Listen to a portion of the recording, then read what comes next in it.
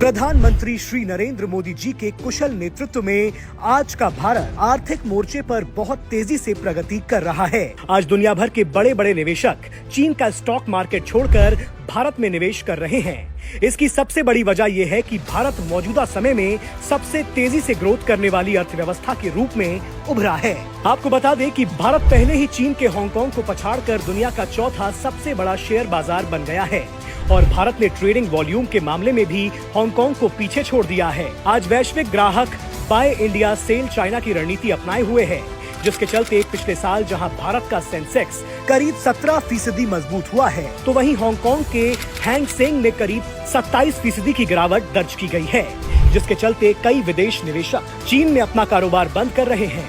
कीमतों में आई गिरावट के बाद सिंगापुर की हेज फंड एशिया जेनेसिस ने चीन में अपना कारोबार बंद करने की बात कही है। जहां चीन की इकोनॉमी संघर्ष कर रही है, वहीं भारत की अर्थव्यवस्था मजबूत हो रही है। यही वजह है कि दुनिया भर के दिग्गज निवेशक चीन को छोड़कर भारत में पैसा लगा रहे हैं। अमेरिकी वॉल स्ट्रीट के दिग्गज गोल्डमैन सैच ग्रुप, आईएनसी और मॉर्गन स्टैनली ने अगले एक दशक तक भारत को निवेशकों के लिए सबसे बड़ा डेस्टिनेशन बताया है। $62 अरब के हेज फंड मार्शल वेस ने अपने फ्लैगशिप हेज फंड में भारत को अमेरिका के बाद सबसे बड़ा दांव बताया है। यहाँ तक कि कंजर्वेटिव माने जाने वाले जापान के रिटेल इन्वेस्टर्स भी चीन में अपना निवेश कम कर रहे हैं और भारत का रुख कर रहे हैं। आज जहाँ ज्यादातर देश आर्थिक मंदी और अनियंत्रित महंगाई का सामना कर रहे हैं, वहीं मोदी जी के नेतृत्व में भारत आज विश्व की सबसे तेजी से बढ़ती अर्थव्यवस्था बन गया है। पिछले 2 दशक में भारत की जीडीपी $500 अरब से $3.5 ट्रिलियन पहुंच चुकी है।